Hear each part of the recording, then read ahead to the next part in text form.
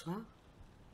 Alors, comme vous l'aurez compris au titre, nous allons explorer la mystérieuse affaire de Styles, qui fut purement et simplement le tout premier roman d'Agatha Christie, et qui, pour l'anecdote, n'est pas le roman qui l'a fait connaître au grand public, mais plutôt le meurtre de Roger Ackroyd, celui qui est en compétition avec la mystérieuse affaire de Styles.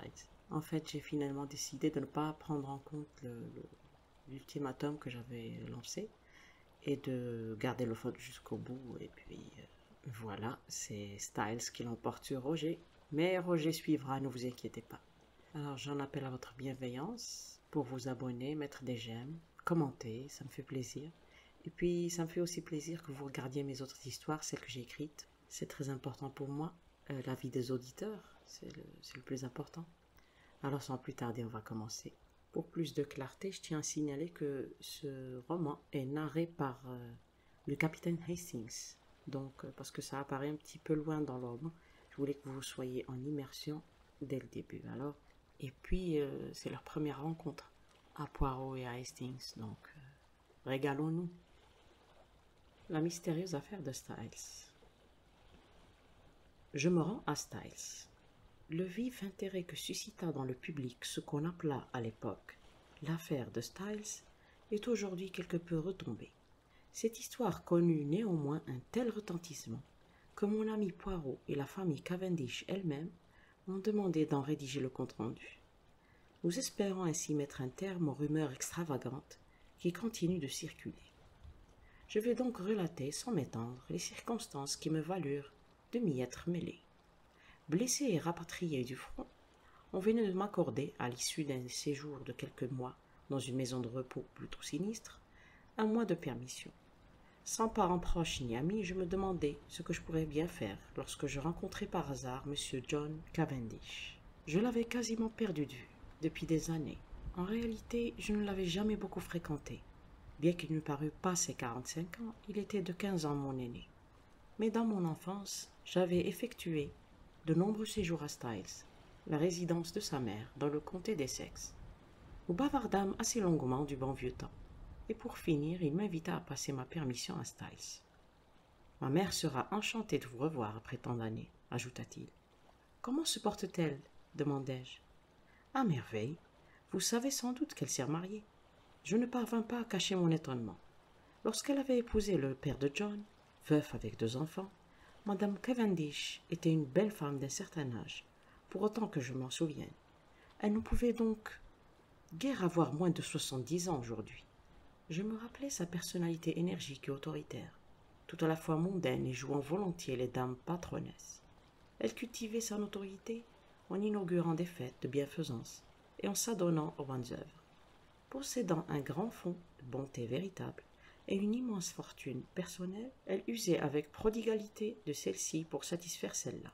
Styles Court, leur maison de campagne, avait été achetée par M. Cavendish au début de leur mariage, et ce brave homme était à ce point subjugué par sa femme qu'il lui en avait, à sa mort, laissé l'usufruit, ainsi que la majeure partie de ses revenus, disposition qui, à l'évidence, lésait ses 2 enfants.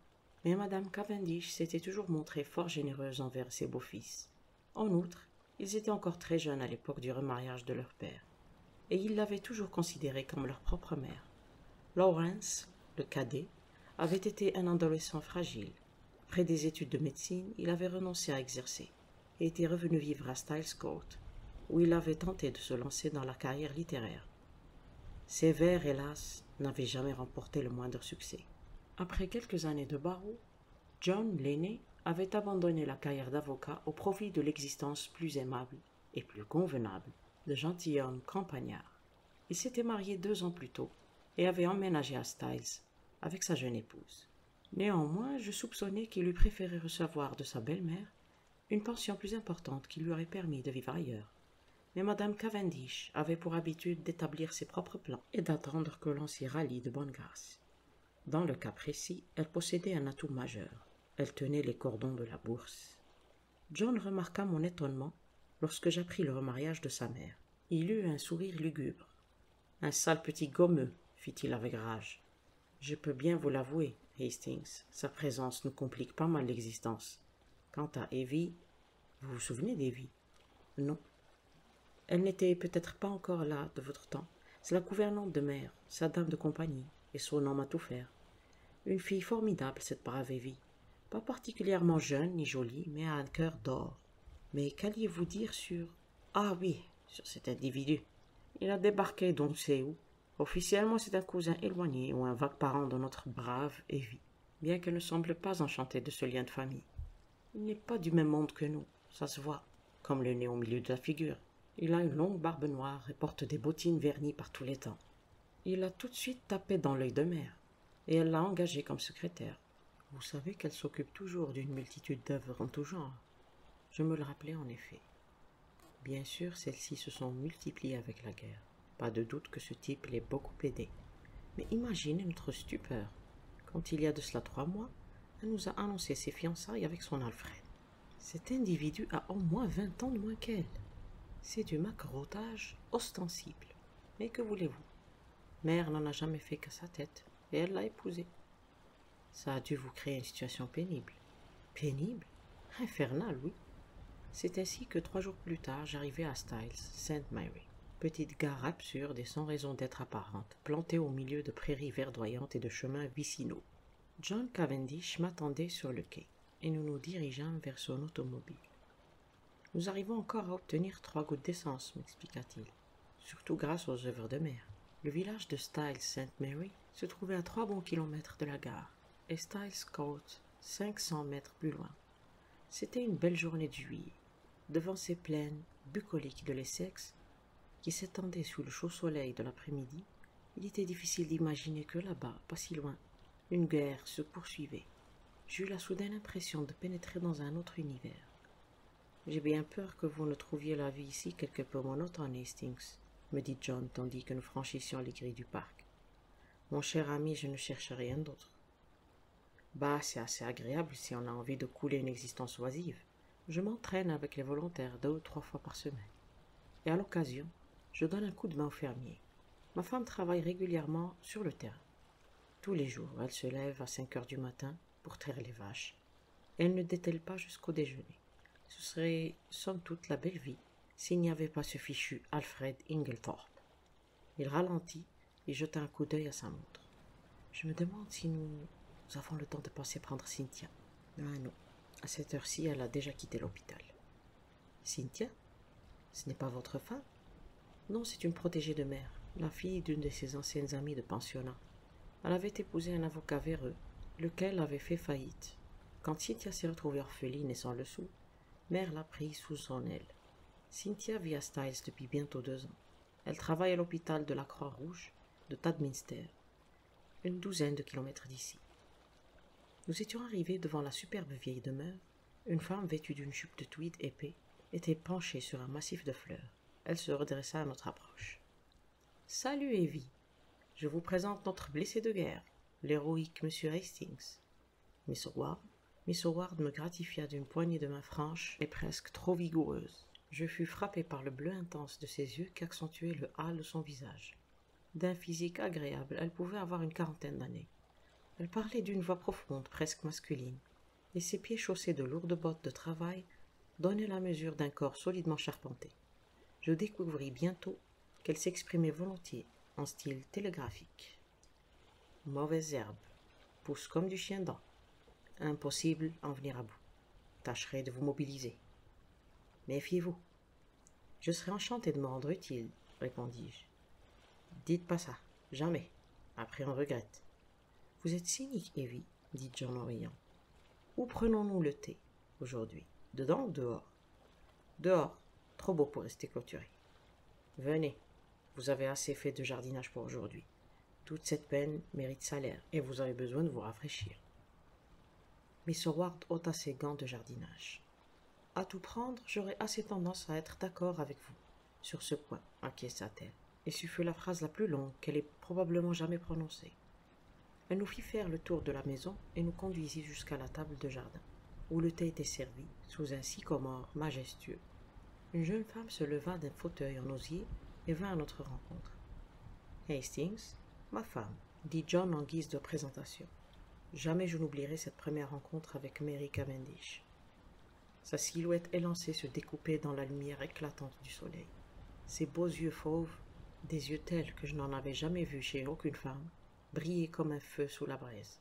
Et derrière son extraordinaire sérénité apparente, on devinait qu'un caractère indomptable habitait ce corps aux proportions exquises.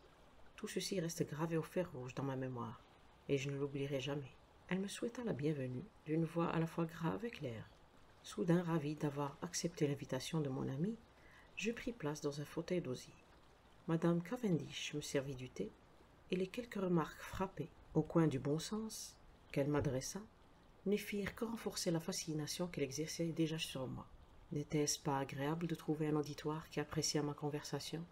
Je relatai avec un humour qui ne manqua pas d'amuser mon hôtesse certaines anecdotes relatives à mon séjour dans la maison de convalescence. Peut-être convient-il de préciser que John, malgré ses belles qualités, ne passait pas pour un brillant causeur. Une voix que je n'avais pas oubliée nous parvint alors par une porte-fenêtre entr'ouverte. Après le thé, Alfred, vous écrirez à la princesse. J'écrirai moi-même à Lady Tadminster pour lui demander de présider la seconde journée. À moins que nous attendions la réponse de la princesse. Si celle-ci refuse, Lady Tadminster pourrait présider la première journée, et Madame Crosby la seconde. Et n'oublions pas d'écrire à la duchesse pour lui rappeler la fête de l'école. Une voix d'homme se fit entendre. Puis la nouvelle Madame Inglethorpe répondit. Oui, bien sûr, après le thé, ce serait parfait. Vous êtes si prévenant, Alfred chéri. La porte-fenêtre s'ouvrit un peu plus, et une femme sortit, qui se dirigea vers la pelouse. Encore belle, avec ses cheveux blancs et son port altier. Elle était suivie d'un homme à l'allure déférente. Madame Inglethorpe m'accueillit avec effusion.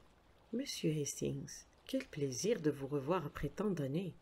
Alfred chéri, voici monsieur Hastings, mon mari. Je regardais Alfred chéri avec curiosité. Il détonnait d'étranges façons avec notre petit groupe. Rien de surprenant que sa barbe déplut à John. C'était une des plus longues et des plus noires qu'il m'ait été donné de voir. Il arborait un pince-nez cerclé d'or et son visage paraissait figé dans une curieuse impassibilité. Sans doute eût-il été très à son aise sur une scène de théâtre, mais il me sembla bizarrement déplacé dans la vie réelle. Sa poignée de main était sans conviction, sa voix basse et onctueuse. « Ravi de faire votre connaissance, monsieur Hastings. » Puis se tournant vers son épouse, « Émilie, ma chérie, je crains que ce coussin n'ait un peu pris l'humidité. » Elle le couva d'un regard pâmé, tandis qu'il lui changeait son coussin avec toutes les marques de la plus tendre attention. Étrange aveuglement chez une femme par ailleurs si raisonnable.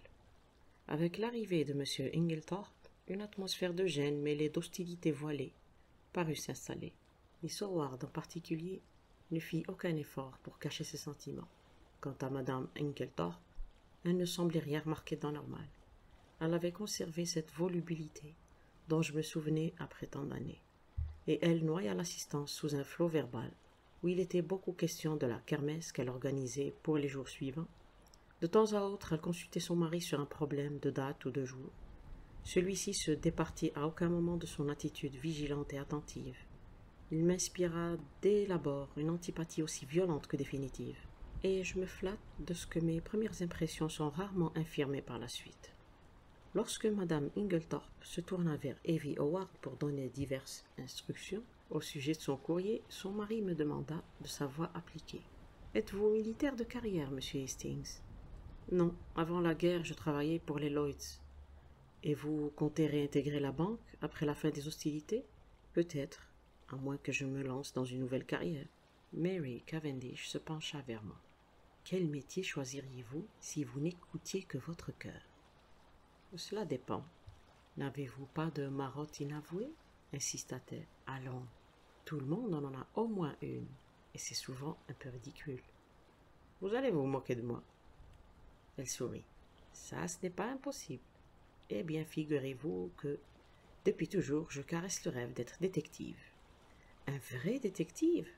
Je veux dire inspecteur, comme à Scotland Yard? Ou bien Sherlock Holmes? » ?»« Oh, Sherlock Holmes, sans aucune hésitation. Mais toute plaisanterie mise à part, c'est vraiment cela qui m'attire. J'ai rencontré un jour en Belgique un inspecteur célèbre qui m'a fasciné.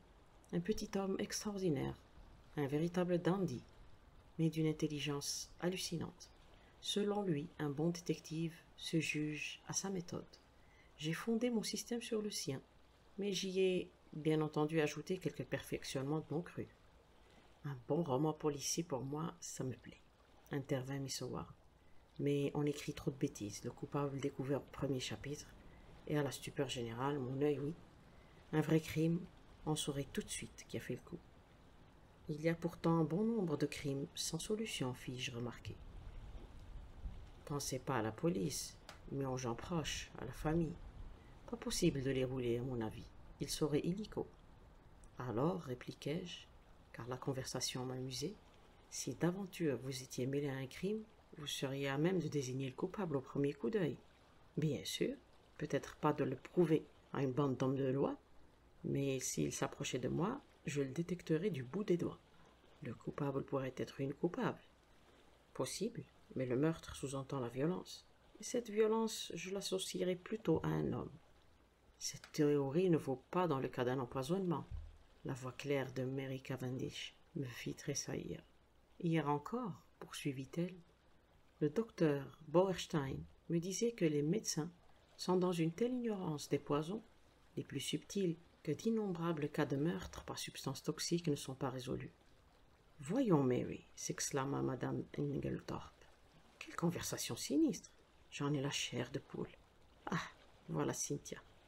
Une jeune fille vêtue de l'uniforme des aides volontaires traversait la pelouse en courant.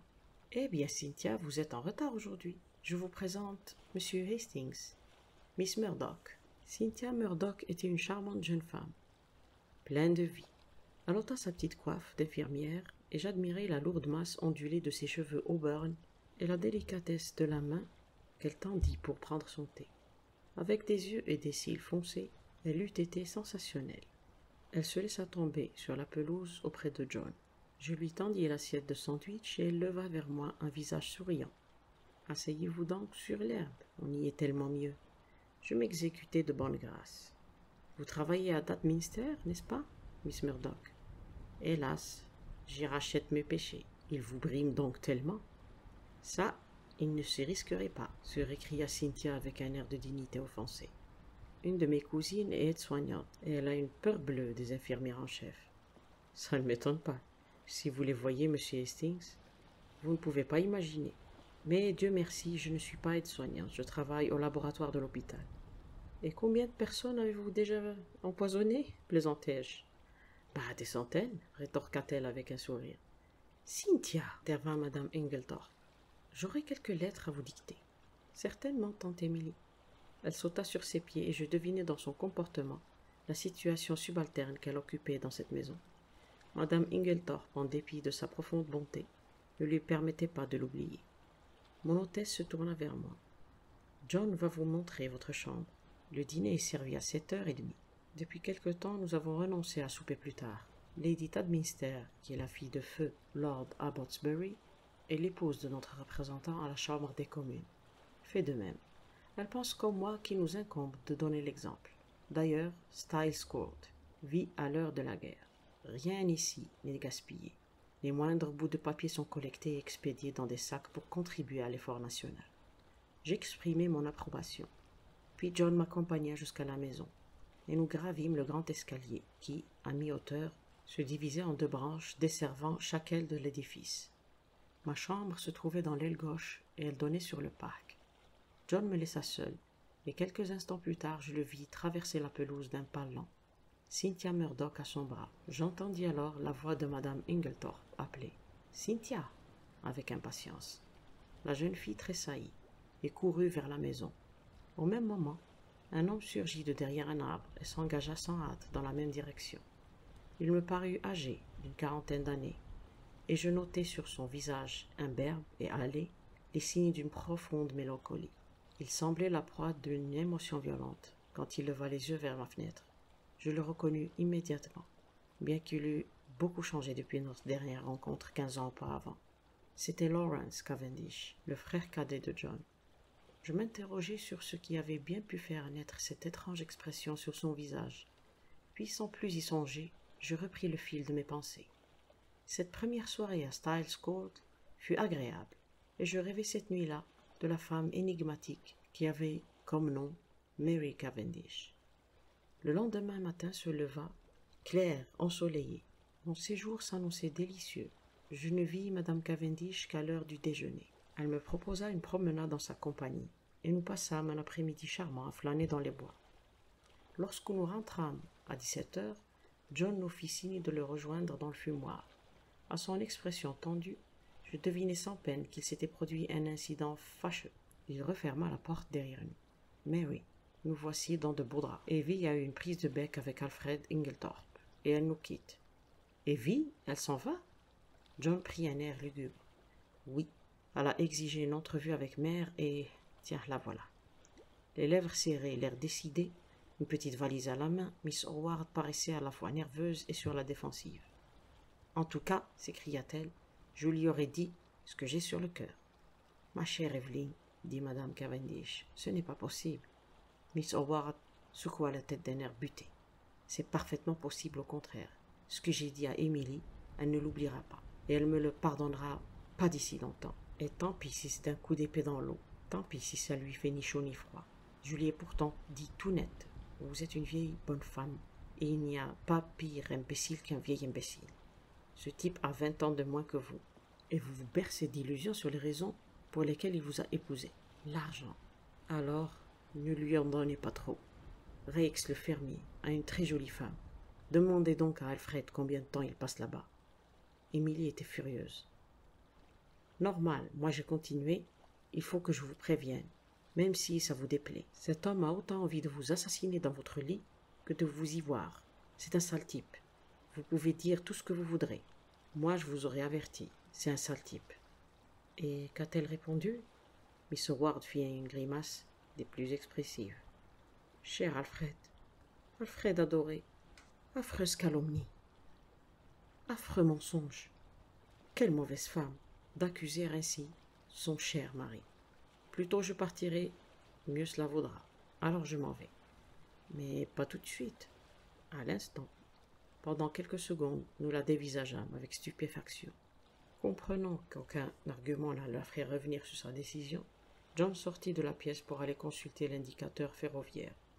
Sa femme le suivit, non sans avoir murmuré qu'elle tenterait de raisonner Madame Inglethorpe. Dès qu'ils eurent quitté le fumoir, Miss Howard changea d'expression. Elle se pencha vivement vers moi. « Monsieur Hastings, vous êtes honnête. Puis-je vous faire confiance ?» Je restai quelque peu interdit. Elle me posa la main sur le bras et réduisit sa voix à un chuchotement. « Veillez sur elle, monsieur Hastings, ma pauvre Émilie. Ce sont des requins, tous. Oh, je sais de quoi je parle. Il n'y en a pas un qui ne soit pas fauché et qui n'essaye pas de la dépouiller. Je l'ai protégée aussi longtemps que j'ai pu. Maintenant que je pars, ils vont lui tondre la laine sur le dos. »« Bien sûr, Miss Howard, dis-je. Je vous promets de faire tout ce que je pourrai. Mais je crois que vous êtes à bout de nerfs et que vous vous laissez emporter. » Mais elle m'interrompit en agitant l'index. « Croyez-moi, jeune homme, j'ai vécu en ce bas monde plus longtemps que vous. Ayez l'œil, vous verrez ce que je vous disais. » Le bruit d'un moteur nous parvint par la fenêtre ouverte, et nous entendîmes la voix de John. Miss Howard se dirigea vers la porte. La main sur la poignée, elle tourna la tête vers moi et me fit signe. « Et surtout, monsieur Hastings, surveillez son ignoble mari. » Miss Howard n'eut pas le temps d'en dire davantage. Assaillie qu'elle était par un chœur de formules d'adieu et de protestations d'amitié, les Inglethorpe ne se montrèrent pas. Tandis que la voiture s'éloignait, Madame Cavendish s'écarta brusquement du groupe et traversa la pelouse pour se porter à la rencontre d'un homme grand et barbu. Elle lui tendit la main en rougissant un peu. Instinctivement, j'éprouvai de la méfiance à son égard. « Qui est-ce » demandai-je à John. « Le docteur Bauerstein. »« Et qui est le docteur Bauerstein ?»« Il a fait une cure de repos ici au village, suite à une crise de neurasthénie aiguë. Il vient de Londres. C'est un des meilleurs experts actuels en matière de toxicologie. » Et un grand ami de Mary ne put s'empêcher d'ajouter l'irrépressible Cynthia. John Cavendish fronça les sourcils et changea de sujet. « Allons faire un tour, Hastings. Tout ceci est bien triste. Elle n'a jamais mâché ses mots, mais il n'y a pas d'ami plus sûr qu'Evelyn Howard. » Nous nous enfonçâmes dans les bois qui longeaient la propriété et descendîmes jusqu'au village. À notre retour, alors que nous franchissions les grilles, une très belle jeune femme de type bohémien nous croisa et nous salua d'un sourire. « Jolie fille, fis-je remarquer. » Le visage de John se durcit de nouveau. « C'est Madame Rex, celle que Miss Howard... » « Précisément, » dit John avec une brusquerie inutile. Je pensais à la vieille dame aux cheveux blancs, dans son château, et au fin visage espiègle qui nous avait souri, et un frisson trouble me glaça tout à coup, tel un pressentiment que je repoussai aussitôt. Styles est vraiment un endroit superbe, dis-je à John. Il acquiesça, sans se départir de son air sombre. Oui, c'est une belle propriété. Un jour elle sera à moi. D'ailleurs, elle m'appartiendrait déjà, si seulement mon père avait fait un testament convenable. Et je ne tirerai pas le diable par la queue, comme c'est le cas pour le moment. Vous tirez vraiment le diable par la queue? Mon cher Hastings, je veux bien vous l'avouer. Je ne sais plus où donner de la tête pour trouver 3 sous. Votre frère ne pourrait pas vous aider? Lawrence, il a dilapidé jusqu'à sa chemise pour publier ses vers infects dans des éditions de luxe. Non, nous sommes fauchés comme les blés. Je dois reconnaître que mère s'est toujours montrée généreuse avec nous, jusqu'à présent du moins. Depuis son mariage, bien sûr. Il fronça les sourcils et laissa la phrase en suspens. Pour la première fois, je sentis qu'avec le départ d'Evelyn Howard, quelque chose d'indéfinissable avait changé. Sa présence était synonyme de sécurité. À présent, cette sécurité avait disparu, et l'atmosphère s'était chargée de suspicion. Je passai en revue tous les membres de la maisonnée, et me remémorai le visage inquiétant du docteur Bauerstein. L'espace d'un instant, j'eus le pressentiment d'un malheur proche. Le 16 et le 17 juillet. Mon arrivée à Styles remontait au 5 juillet, et le départ en tempête de cette bonne Evelyn au 6. J'en viens maintenant aux événements des 16 et 17 de ce même mois, afin d'éclairer au mieux le lecteur. Je résumerai avec la plus grande précision possible les incidents de ces 2 jours. Ils ont été mis ultérieurement en lumière pendant le procès, au cours de contre-interrogatoires aussi longs que fastidieux. Je reçus une lettre d'Evelyn Howard 2 jours après son départ, me disant qu'elle avait trouvé un poste d'infirmière à l'hôpital de Midlingham, cité industrielle distante de quelques 20 kilomètres, et me suppliant de l'avertir si Madame Inglethorpe montrait la moindre velléité de réconciliation. Seule ombre à mon séjour, par ailleurs très paisible, Madame Cavendish manifestait envers le docteur Bauerstein une étonnante inclinaison, que pour ma part je ne m'expliquais pas. Ce qu'elle pouvait bien le trouver m'était un mystère. Mais elle l'évitait constamment à Styles quand elle ne partait pas avec lui dans d'interminables promenades. Je dois confesser mon incapacité à juger à ses chats. Le 16 juillet tombait un lundi. La journée se passa dans la fébrilité. La fameuse vente de charité s'était déroulée le samedi 14, et une soirée au cours de laquelle Madame Inglethorpe avait projeté de déclamer un poème sur le thème de la guerre était prévue pour ce lundi. Toute la matinée, nous fûmes accaparés par la décoration de la salle communale. Après un déjeuner tardif, nous nous reposâmes dans le parc le reste de l'après-midi. Je notai chez John un comportement assez inhabituel. Il semblait nerveux et ne tenait pas en place. Après le thé, Madame Inglethorpe monta s'allonger avant d'être en forme pour la soirée, tandis que j'affrontais Mary Cavendish au tennis. Aux environs de 7 heures, moins le quart, Madame Inglethorpe nous rappela de nous presser car le dîner serait servi plus tôt qu'à l'accoutumée. Nous n'eûmes pas le temps de nous préparer et nous n'avions pas fini le repas que la voiture nous attendait déjà devant la porte. La soirée fut très réussie et des applaudissements nourris saluèrent le poème de Madame Inglethorpe. Il y eut ensuite quelques seinettes auxquelles participa Cynthia. Au retour, elle nous quitta pour aller souper avec les autres comédiens improvisés. Le lendemain, Madame Inglethorpe, assez fatiguée, se fit servir le petit déjeuner au lit. Toutefois, c'est en pleine forme qu'elle descendit vers 12h30 pour m'entraîner, ainsi que Lawrence, à un déjeuner. C'est si gentil de la part de Madame Ralston de nous avoir conviés. Saviez-vous que c'est la sœur de Lady Tadminster? Les Ralston ont débarqué avec Guillaume le Conquérant. C'est l'une de nos plus anciennes familles. Arguant d'un rendez-vous avec le docteur Bauerstein, Mary avait décliné l'invitation. Le repas fut des plus agréables, et au retour, Lawrence suggéra que nous fassions un détour par Tadminster, ce qui n'allongerait guère notre chemin que d'1,5 kilomètre, pour passer voir Cynthia au laboratoire. Madame Inglethorpe trouva l'idée excellente, mais comme elle avait encore des lettres à écrire, elle se contenta de nous déposer. Nous pourrions très bien revenir avec Cynthia dans la carriole. Le portier de l'hôpital nous retint sous bonne garde jusqu'à l'arrivée de notre amie, qui nous apparut enfin fraîche et charmante dans sa longue blouse blanche. Elle nous conduisit dans son bureau et nous fîmes la connaissance de sa collègue, jeune femme d'aspect redoutable à laquelle Cynthia donnait joyeusement du « Votre Seigneurie ». « Que de flacons !» remarquai-je avec étonnement. après avoir jeté un coup d'œil circulaire sur le petit laboratoire. Vous savez vraiment ce qu'il y a dans tout ça? Cynthia laissa échapper un soupir.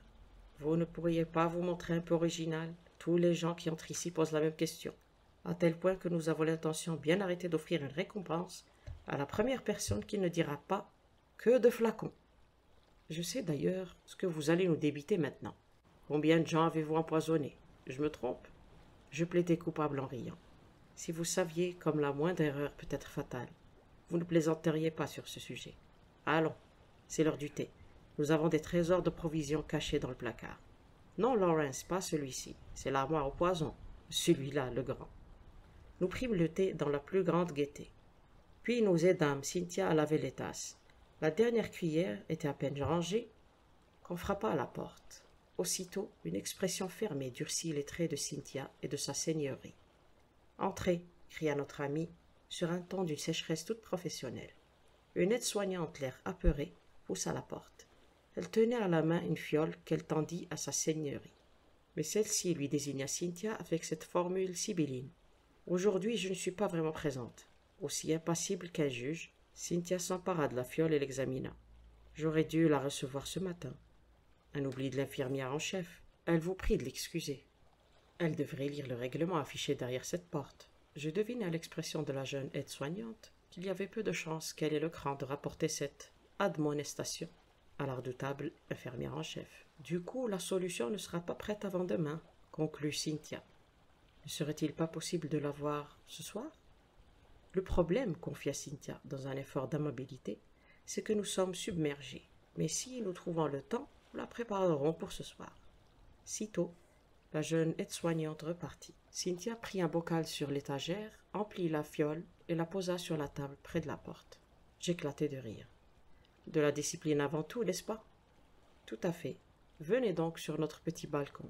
Vous verrez tous les pavillons de l'hôpital. Je suivis Cynthia et son amie et elles me désignèrent les différents pavillons. Lawrence était resté à l'intérieur. Mais, après quelques instants, Cynthia l'appela par-dessus son épaule et il vint nous rejoindre. Puis elle consulta sa montre. « Plus rien à faire, votre seigneurie. »« Non. »« Parfait. Alors nous pouvons boucler et partir. » Au cours de l'après-midi, j'avais découvert Lawrence sous un jour nouveau. Timide et effacé, il était l'opposé de John. Sa personnalité paraissait bien difficile à cerner. Néanmoins, il se dégageait de lui un certain charme. Je devinais qu'il pouvait inspirer une affection sincère à qui le connaissait bien. J'avais toujours imaginé, en voyant son comportement réservé, que Cynthia l'intimidait, et qu'elle-même se sentait mal à l'aise en sa présence.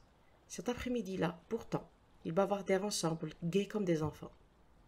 Alors que nous traversions Tadminster, je voulus acheter des timbres, et nous fîmes halte au bureau de poste. J'en ressortais quand je bousculai un petit homme venant au sens inverse. Confus, je lui cédai le passage, mais il me prit soudain dans ses bras avec un cri de surprise ravi, et me couvrit, à la mode continentale, de baisers chaleureux. « Mon bon ami Hastings !» s'exclama-t-il. « Mais oui, c'est bien mon bon ami Hastings. »« Poirot ?» Je me retournai vers la carriole. « Vous me voyez très heureux de cette rencontre. Miss Cynthia, permettez-moi de vous présenter M. Poirot, un ami de longue date que je n'avais pas revu depuis une éternité. »« Nous connaissons M. Poirot, » répliqua-t-elle joyeusement, « mais je n'avais pas la moindre idée qu'il était votre ami. »« C'est exact, » dit Poirot posément. « Je connais Miss Cynthia, et ma présence ici doit beaucoup à la bonté de Madame Inglethorpe. » Devant mon regard interrogateur, il ajouta: « Oui, mon cher ami, elle a généreusement offert l'hospitalité à 7 de mes compatriotes qui, par malheur, ont dû fuir leur terre natale. Nous autres Belges nous souviendrons toujours d'elle avec gratitude. »